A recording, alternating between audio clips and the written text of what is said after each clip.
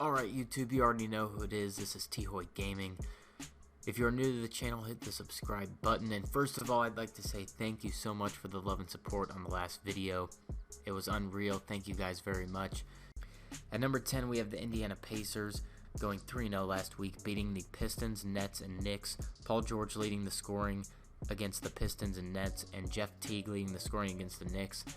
The Pacers are a well-rounded team. Paul George, I feel like, doesn't have to do as much as he did last year, which can be a pro and con at the same time. It's becoming more of a pro because the scoring is becoming equal. Against the Knicks, Jeff Teague was the highest scorer with 19 points, and that's low for a high scorer, and the team is just averaging it out. This team is looking very good, and they're finally meshing together, which we thought they would eventually do this season. Throwing a curveball at you here with another number 10 in the Los Angeles Clippers, going 4-0 last week, beating the Suns, Grizzlies, Kings, and Heat. This team had a great week. You know, they were 4-0, no super impressive wins, but again, like I said, they got the job done. 4-0 last week, looking very good. At number 9, I have the Atlanta Hawks going 3-0 last week, beating the Magic, Pelicans, and Mavericks. This team had a 3-game road trip last week, like I said, against the Mavericks, Pelicans, and Magic, and they got the job done. 3-0 last week.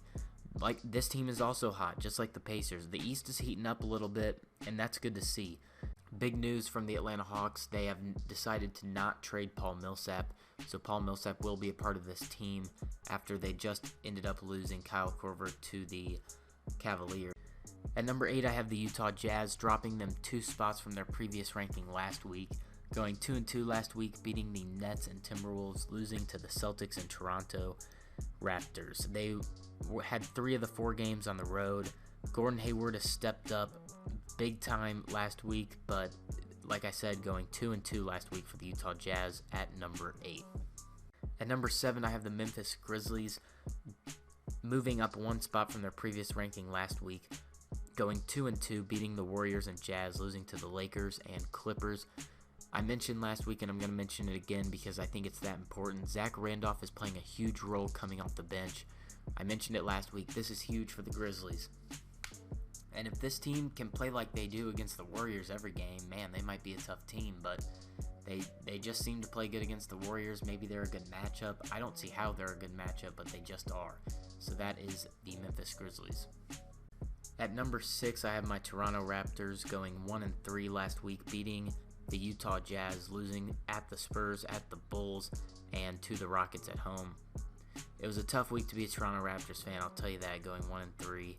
A little disappointing in the Bulls' loss. The NBA has suddenly had this huge controversy with hanging on the rim. Jonas Valanciunas in that game decided to hang on the rim for 1.6 seconds, I believe it was timed at, and he received a technical foul. And LeBron hanging on the rim for 6 seconds, not receiving one. You know, and Miles Turner hanging on the rim, receiving one.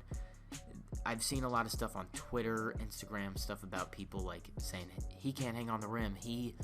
He's not LeBron James, but you know, it should be equal. This is something Adam Silver should come out and talk about, but that's not my problem, that's his.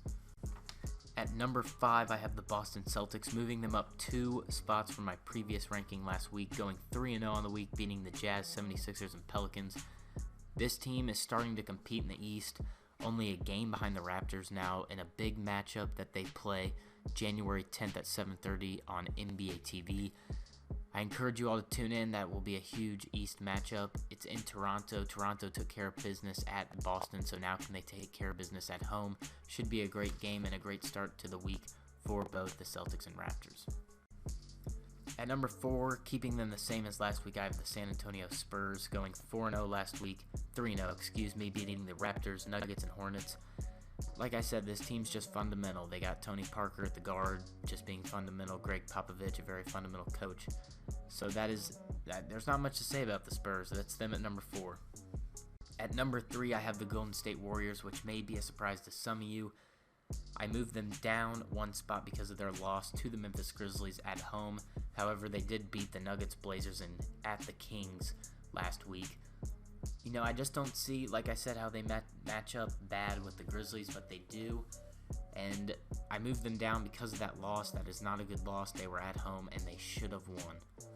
At number 2, I have the Houston Rockets. The Houston Rockets were 4-0 last week, beating the Wizards, Thunder, Magic, and Toronto Raptors. Big win against the Toronto Raptors after trailing by 10 points for almost the entire game. They made a huge run in the fourth quarter to overcome that deficit. James Harden has been playing great as of lately, and Eric Gordon is stepping up big time for them, being a good key player that they can look to besides James Harden, of course. So, you know, the Rockets are looking good. They are 9-1 in their last 10 games, and finally, at number 1, I have the Cleveland Cavaliers going 3-1 last week, beating the Pelicans, Nets, and Suns, losing to the Chicago Bulls in Chicago. That was a tough game for LeBron James and the Cleveland Cavaliers, playing Dwayne Wade and Jimmy Buckets. So that is our NBA Power Rankings. Thank you everyone for tuning in. Hit the like button and subscribe if you haven't already. Thank you very much, everyone. Look forward to a good week of NBA basketball, and we will get back together next Monday. Thank you.